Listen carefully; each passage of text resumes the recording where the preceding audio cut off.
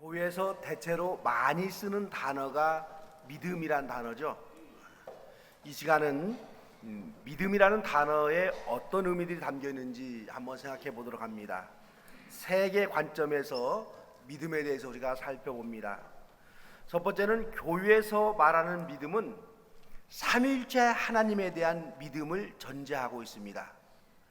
교회에서는 믿음이라는 단어와 신앙이라는 단어를 혼용해서 씁니다. 그래도 여러분 큰 문제는 없습니다. 하지만 우리가 쓰는 단어에 대해서 할 수만 있다고 한다면 그 뜻을 좁히고 좁혀서 구체화할 수 있어야 됩니다. 그래야 그 단어의 의미를 정확히 알 수가 있습니다. 사람들은 크리스찬을 보고 믿는 사람이다 그리 말하죠. 믿는 사람. 이 말에는 하나님을 믿으며 사는 사람이다. 참 좋은 표현입니다. 저와 여러분은 이 세상을 그냥 사는 것이 아니라 하나님을 믿는 믿음을 가지고 살아가는 사람입니다. 그런데 이 교회에 다니는 사람들만 믿음을 가지고 사는 것이 아닙니다. 교회에 다니지 않는 사람들도 이런저런 믿음의 기초에서 인생을 살아갑니다. 사물에 대한 믿음은 신자나 불신자나 동일합니다. 사물에 대한 믿음을 신뢰라는 단어를 씀으로써 구별을 한번 해봅니다. 신뢰, 믿음은 동일한 단어이지만은 이 시간은 설명을 위해서 우리가 구별을 한번 해봅니다. 신자이든 불신자이든 간에 일상적인 삶 속에서 사물에 대한 신뢰, 사물에 대한 믿음을 가지고 살아갑니다. 세상에 대한 신뢰가 없으면요 불안하고 두려워서 생활에 어려움을 겪게 됩니다. 저는 운전을 좀 빨리 하는 습관을 가지고 있습니다. 참 잘못된 습관임을 알면서도 그게 잘 안 고쳐져요. 근데 운전을 하다가 가끔 이런 생각을 합니다. 이렇게 빨리 가다가 앞바퀴 타이어가 펑크 나면 큰 사고가 나겠지. 그리고도 160, 170을 달립니다. 저의 의식 속에는 내 차의 바퀴는 내가 목적지에 도착할 때까지 펑크가 나지 않고 안전할 것이라는 신뢰가 자리하고 있습니다. 저뿐만 아니라 여러분들도 운전을 하면서 저와 같이 차에 대한 신뢰를 가지고 운전을 합니다. 그런데 한번 물어봅시다. 이런 차에 대한 우리의 신뢰가 100% 완전한 것일까요? 100% 아닙니다. 운전은 언제나 위험한 일이고 차에 대해서 100% 다 신뢰할 수가 없습니다. 그래도 우리는 여전히 자동차에 대한 신뢰, 자동차에 대한 믿음을 가지고 살아갑니다. 안전에 대한 믿음이 있기 때문에 우리가 운전할 수가 있는 거예요. 사람에 대한 믿음을 우리가 뭐라고 하냐면 신용이다. 신용이다. 사람에 대한 신용, 사람에 대한 믿음이 없으면 이 역시도 생활이 곤란합니다. 직장 동료들을 믿지 않는다면요 우리가 직장 생활을 할 수가 없습니다. 이권 앞에서 칼날같이 예민해지는 사업 현장에서도 동업자 혹은 사업 파트너들을 신용하지 않으면 사업을 할 수가 없습니다. 저와 여러분이 늘상 가는 병원에서 의사를 믿지 않으면 우리가 병원에서 치료를 받을 수가 없습니다. 이렇게 신자나 불신자나 사람에 대한 믿음, 즉 신용을 가지고 살아갑니다. 하지만 우리가 이 점은 꼭 생각해야 돼요. 크리스찬은 반드시 신용이 있는 신용의 사람이어야 됩니다. 믿는 사람이 신용이 없다고 한다면 이 사람은 믿는 사람이 여러분 아니에요. 반대로 신용이 있는 사람이 믿지 않는 사람일 수는 있습니다. 믿지 않는 불신자들도 신용이 있는 사람이 많이 있습니다. 반대로 믿는다고 하면서 신용이 없는 사람이 종종 있습니다. 신용이 없는 사람이 주일에 교회에 잘 가기 때문에 자신은 크리스찬이다 이렇게 주장할지는 모릅니다. 하지만 일상의 삶 속에서 신용이 없는 사람은 사실 믿는 사람이 아니에요. 보이는 사람에게도 신용이 없는 사람이 우리의 내면까지도 들여다보시는 하나님에게 절대로 신용을 얻지 못합니다. 신용이 없는 사람, 그래서 이런 사람은 믿는 사람이라고 사실 말할 수가 없습니다. 정리해 본다면 신용이 있는 사람은 믿지 않는 사람일 수도 있지만은 믿는 사람은 반드시 신용이 있어야 합니다. 신에 대한 믿음, 하나님을 믿는 믿음을 우리가 신앙이다 그러죠. 그렇지 않은 사물에 대한 신뢰와 사람에 대한 신용을 넘어서서 하나님을 믿는 신앙을 가지고 그렇게 살아갑니다. 하나님에 대한 절대적 믿음을 가지고 살아가는 신앙의 사람, 이런 사람이 크리스찬입니다. 불신자들은 사물에 대한 신뢰, 사람에 대한 신용을 가지고 살아갑니다. 이들은 그저 눈에 보이는 가시적 세계에 대해서만 믿음을 가지고 살아갑니다. 이에 반해서 우리 크리스찬들은요, 육신의 눈으로는 보이지 않지만 그 어떤 존재와 그 어떤 세계를 믿는 이런 신앙으로 살아갑니다. 불신자들은 보이지 않는 신을 믿는 신앙의 사람들에게 질문할 수가 있어요. 눈에 보이지 않는 신의 존재를 믿는다는 것은 어리석은 일이 아닙니까? 하고 물을 수가 있죠. 이 질문에 대해서 우리가 쉽게 대답할 수가 있습니다. 사랑이 있다고 믿나요? 사랑이 눈에 보이지 않는다고 해서 사랑이 없다라고 말하는 사람은 없을 겁니다. 우정이 있다고 믿나요? 선이 있다고 믿나요? 눈에 보이는 것만을 믿을 수 있다고 한다면 눈에 보이지 않는 사랑, 우정, 선, 정, 이런 것들은 인간의 세상에 존재하지 않는다고 그렇게 말해야 되죠. 우리가 살아가는 이 세상에는요, 눈에 보이지 않는 많은 것들이 존재합니다. 그러면 또 여러분, 우리가 이런 질문도 해볼 수가 있어요. 눈에 보이지 않는 귀신의 존재를 믿는 것도 신앙일까요? 어떻게 생각하세요? 보이지 않는 하나님의 존재를 믿는 것과 역시 보이지 않는 귀신을 믿는다는 것과는 어떤 차이가 있을까요? 하나님의 존재를 믿는 행위를 우리가 신앙이다 이렇게 말하고요, 보이지 않는 귀신, 산신령, 용왕 등등의 존재를 믿는 걸 우리가 미신이다 그러죠. 신앙과 미신은 차이가 있습니다. 거짓신들은 우상이고 이 우상을 믿는 것은 미신입니다. 그렇다고 한다면 신앙과 미신이 도대체 어떤 차이점이 있을까요? 보이지 않는 존재를 믿는다, 이런 관념적 차원에서는요, 신앙과 미신이 큰 차이가 없습니다. 하지만 여러분, 우리가 이 구체적인 삶의 현장에서는 굉장히 큰 차이가 있습니다. 사람이 잘 될 때는 미신이나 신앙이나 잘 구별되지 않습니다.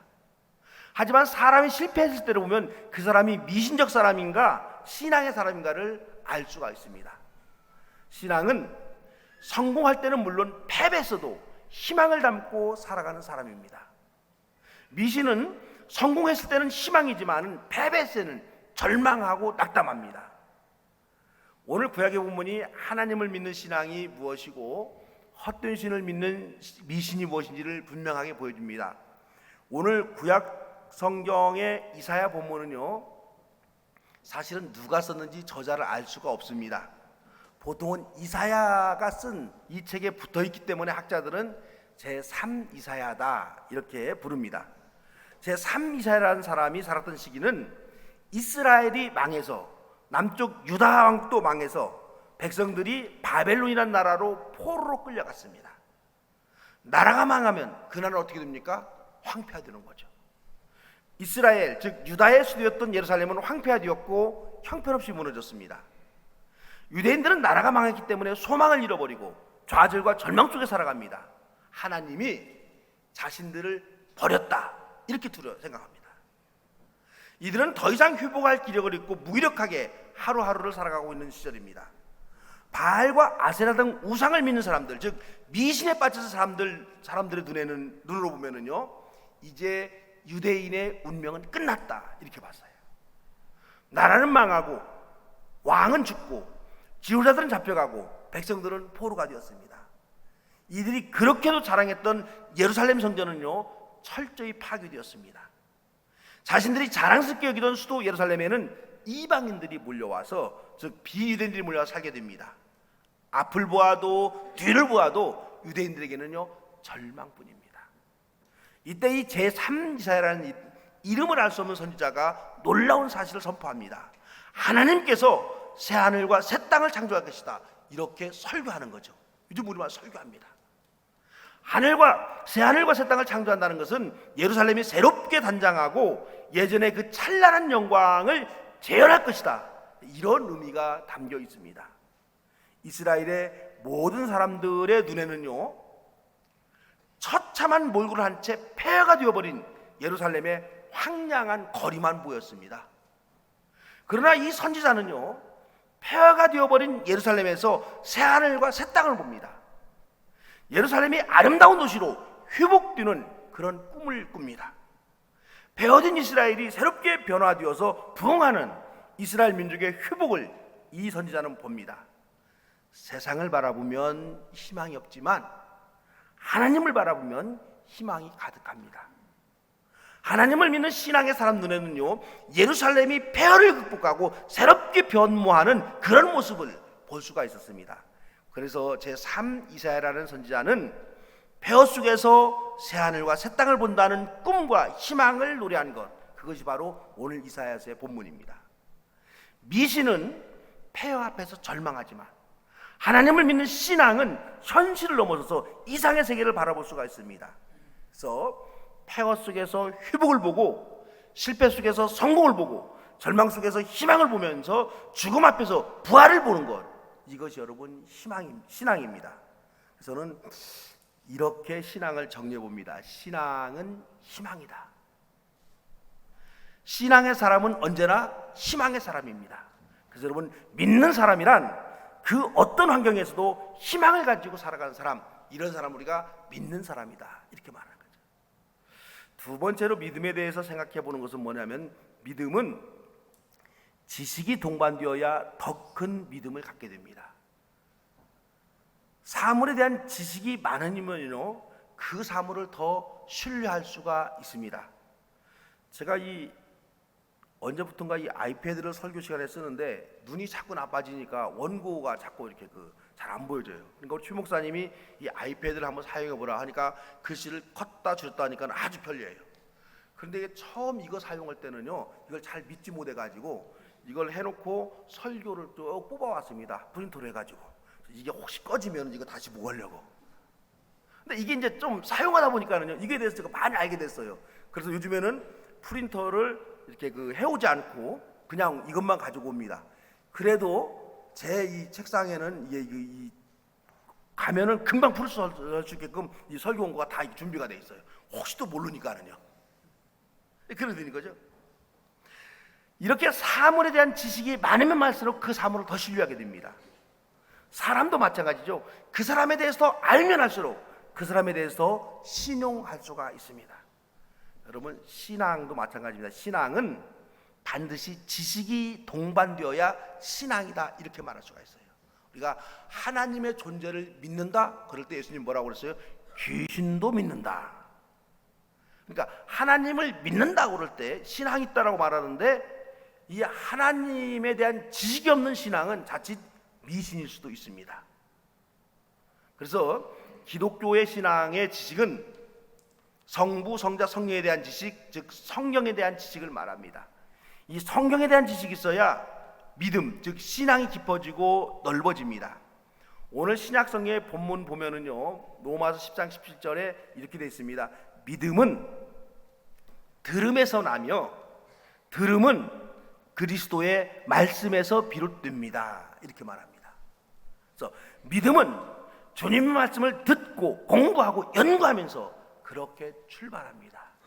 그래서 여러분들은 주님의 말씀을 듣기 때문에 우리가 믿음의 사람이다, 이렇게 말할 수가 있는 겁니다. 바른 신앙은 이성과 지식을 초월하게 하지만 이성과 지식을 절대로 무시하지는 않습니다. 저와 여러분은 예전에 알지 못한 데서 믿는 것이 더 좋은 믿음이다, 이렇게 우리가 들은 적이 있어요. 보지 않고 믿는 것, 덮어놓고 믿는 것이 더 좋은 믿음이다, 의심하지 않고 믿는 것 더 좋은 믿음이다, 이렇게 들었죠. 근데 이게 그런 것이 여러분 아닙니다. 내가 설명할 수 있는 믿음과 신앙이 바른 신앙입니다. 더구나 신앙은 생명력이 있고 역동적이어서 성장해야 됩니다. 성경 지식이 없는 신앙은요, 자랄 수가 없습니다. 말씀에 대한 지식은 신앙을 더욱더 깊게 뿌리내리게 하고 더 튼튼하게 하고 견고하게 하면서 건강한 신앙으로 성장하게 합니다. 구약 호세아서의 본문은 하나님에 대해서 공부하지 않는 자기 백성들에 대해서 이렇게 말합니다. 내 백성이 지식이 없어 망하는구나, 탄식합니다. 하나님에 대한 지식이 없어서 신앙이 자라지 못하고 잘못된 신앙의 길을 가고 있다는 안타까움입니다. 한때 한국 교회에서 유행한 말이 있었죠. 평신도를 깨운다. 지금도 이 말을 사용하는데, 이 평신도를 깨운다는 말이 30년 전에 유행한 말인데 여전히 평신도들은 잠자고 있는 듯한 느낌이 듭니다. 깨우긴 깨웠는데요, 깨워서 교육시키고 성숙시킨 것이 아니라 깨워서 부려먹기만 했다, 이렇게 우리가 볼 수 있습니다. 평신도를 깨운 것은 누구냐면 종교개혁자 마르틴 루터죠. 이 사람은 이 가톨릭 전통에 얽매여서 미신적 신앙에 머물러 있는 평신도들을 깨우기 위해서 성직자들만 볼 수 있었던 성경을 번역을 합니다. 독일말로 번역을 해요. 그 당시엔 라틴어로 되어 있는데, 그래서 이제는 평신도들이 성경을 읽을 수 있도록 그렇게 깨운 겁니다. 성직자들만 불렀던 찬송가들을 성도들도 부를 수 있도록 합니다. 이것이 평신도들을 깨운 개혁입니다. 지금은 학문이 많이 발달한 시대입니다. 깨어있다는 것, 이것은 열정을 가지고 있다, 이 말도 됩니다만은 또 하나 깨어있다라는 것은 뭐냐면 전문적인 신학적 사고와 성경적 지식을 가지고 있다, 이런 뜻도 됩니다. 그래야 여러분, 삶에 대단히 중요한 문제가 다가왔을 때 깨어있는 신앙을 가지고 성경적인 판단과 결정을 할 수가 있습니다. 여러분, 우리가 살아가는 이 세상이요, 이게 단순한 세상이 아닙니다. 자꾸만 굉장히 복잡한 세상이 되어갑니다. 노예 문제, 여성 장로 안수 문제, 동성애 문제, 낙태 문제, 세습 문제, 전쟁 문제 등 곳곳에서 예민한 문제들이 돌출되는 세상이에요. 제가 이 미국에 갔을 때가 미국 교회가 동성애 문제로 굉장히 싸울 때입니다. 그런데 동성애가 문제가 있습니다라고 반대하는 사람 측에서 성경에 근거해서 성경 가지고 반대를 합니다. 그 다음번 발제자가 나와서 발제하는데 동성애 문제에 대해서 자기는 찬성합니다라고 그러는데 그 사람도 성경을 가지고 와서 성경에 근거해서 동성애를 찬성합니다. 어떤 게 옳아요? 이 참 곤란하다. 그래서 여러분, 이런 복잡한 문제에 대해서 깨어있는 신학을 가지고 있어야 성경적 대답을 찾아낼 수가 있습니다. 이런 신학적 지식이 없으면 이 목사가 말하면 이리 흔들리고 저 목사가 말하면 저리 흔들리고 그러는 거예요, 여러분. 그래서 여러분, 목사들도 다 다르잖아요. 전강훈 같은 목사가 있고 또 양인석 같은 목사가 있고, 어떤 목사 말이 맞아요? 참 곤란하죠. 이 점은 우리 평신도들도 책임이 있습니다. 공부는 누구에게나 별 매력 있는 분야가 아니에요. 그래서 주식을 공부하고 부동산을 공부하고 그 어떤 자격증을 따기 위해서 공부하는 것은 그래도 해볼 만합니다. 그런데 이 먹고 사는데 도움이 안 되는 성경을 공부하는 것, 신학을 공부하는 것 별 재미가 여러분 없습니다. 교회 다녀서 천국 열차 티켓만 손에 쥐면 되지 그 머리 아프게 뭘 공부하고 생각하고 고민하는가, 그냥 적당히 다녀, 그런 게 우리 마음속에 팽배하죠. 이런 생각을 하는 분들이 평신들 가운데 많이 있습니다. 그러기에 처음 신앙을 가졌을 때는 성경 공부를 열심히 했다가 시간이 지나면 다시 주일학교 성경 공부 수준으로 되돌아갑니다. 그래서 한국의 대부분의 교회가 주일날에는 많은 성도들이 모이지만은 성경을 꼼꼼히 공부하는 수요 예배에는 성도들이 별로 관심이 없습니다. 우리 교회도 이 범위 안에 들어가는 것 같아요. 저는 수요 예배 설교를 더 열심히 준비합니다만 많은 분들이 수요 예배 시간에 참여할 수가 없어서 참 아쉽습니다. 그래서 이단들은요, 기성교회 교인들을 우습게 보고 이단으로 쉽게 끌어들일 수 있다라고 생각합니다. 이 모두가 성경을 이해하는 신학적 지식이 부족해서입니다. 젖만 먹는 유약한 신앙을 가지고 있기 때문입니다. 신앙은 지식이 동반되어야 성장하고 건강한 신앙으로 자랄 수가 있습니다. 우리는 깊이 있는 성경 지식을 갖추어서 깨어있는 성도들로 성장할 수 있기를 기대해 봅니다. 그래서 믿음은 반드시 지식을 동반하는 믿음이어야 된다. 세 번째는요, 하나님을 믿는 신앙은 신앙의 언어, 고백의 언어로 표현된다는 점입니다. 이게 좀 어려운 면이 있는데요, 좀 어렵더라도 우리가 그냥 넘기지 말고 좀 집중해서 들었으면 합니다. 우리가 쓰는 용어를 분석해 보면 과학의 언어가 있고 신앙의 언어가 있습니다. 사실의 언어가 있고 진실의 언어가 있습니다. 어떤 예를 들을까 참 고민하다가 이런 예를 한번 생각해 봤어요. 여러분, 어느 남편이 아내의 생일에 이런 문자를 보냈습니다. 당신은 제 인생에서 로또였습니다. 자, 그러면 이 문자를 받은 아내는 행복할까요? 속상할까요? 대답해봐요.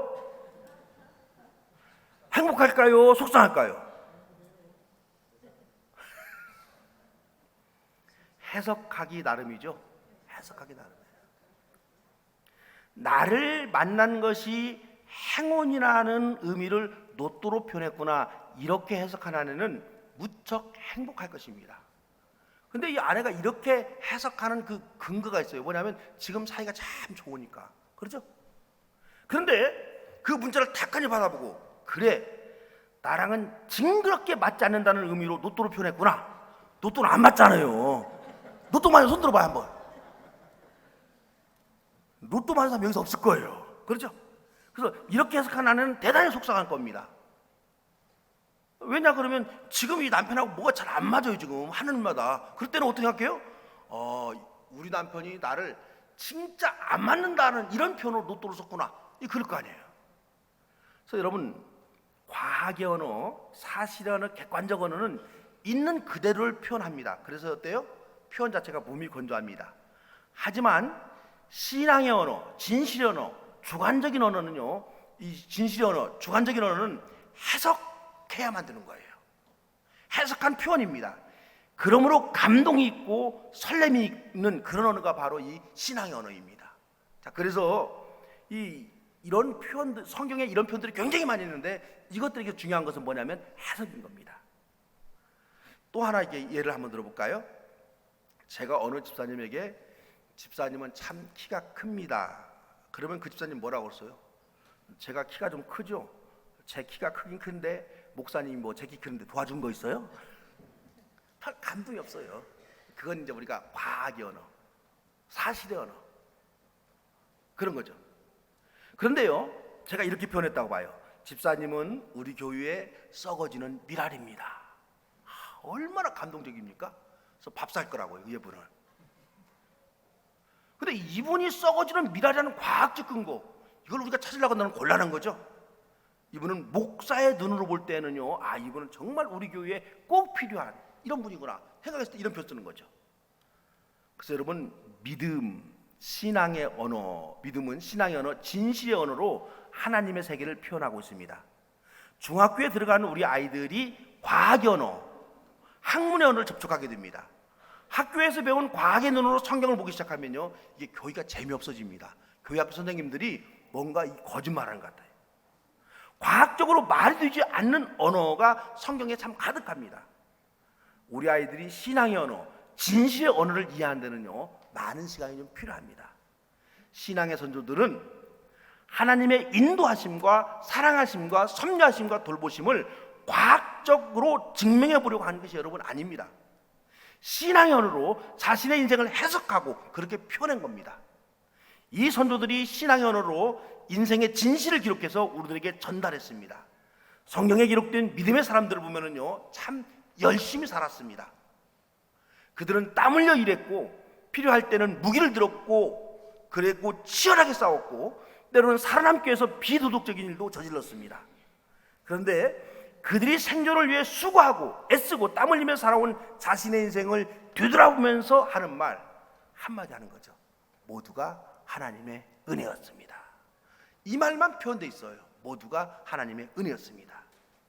하나님이 나를 돌보셔서 오늘 내가 여기에 있게 되었습니다. 이렇게 고백합니다. 이것이 믿는 사람들의 신앙 고백입니다. 인간이 아무리 열심히 살고 땀 흘려 일하고 생존을 위해서 전투적으로 산다고 해도 인간의 힘만으로는 살 수 없음을 인정하고 고백한 사람들이 신앙인들입니다. 신앙이란 눈에 보이지는 않지만은 하나님의 돌보심과 인도하심이 내 인생에 있었다라고 인정하고 그것을 언어와 삶으로 고백하는 것이 바로 신앙입니다. 이제 우리 한번 정리해 봅시다. 믿는 사람이라는 말은 삼일체 하나님을 믿는 사람이다, 이런 뜻이고요. 믿는 사람이라는 것은 뭐냐면 하나님에 대한 지식이 있는 사람이다, 이런 의미를 담고 있고요. 믿는 사람이란 하나님의 돌보심과 인도하심을 고백의 언어, 신앙의 언어로 표현하는 사람들이다. 이렇게 우리가 정리해 볼 수 있습니다. 그래서 여러분, 믿는 사람이다 이 말은요, 대단히 영광스러운 말입니다. 이 험한 세상에서 믿는 사람답게 그렇게 살아가는 저와 여러분 되시기를 주의 이름으로 축원합니다. 사랑의 주님, 우리가 세상적으로는 많이 부족하지만은 믿는 사람답게 하나님의 자녀로 살아갈 수 있도록 돌보시고 인도하여 주시옵소서. 예수님의 이름으로 기도드리옵나이다.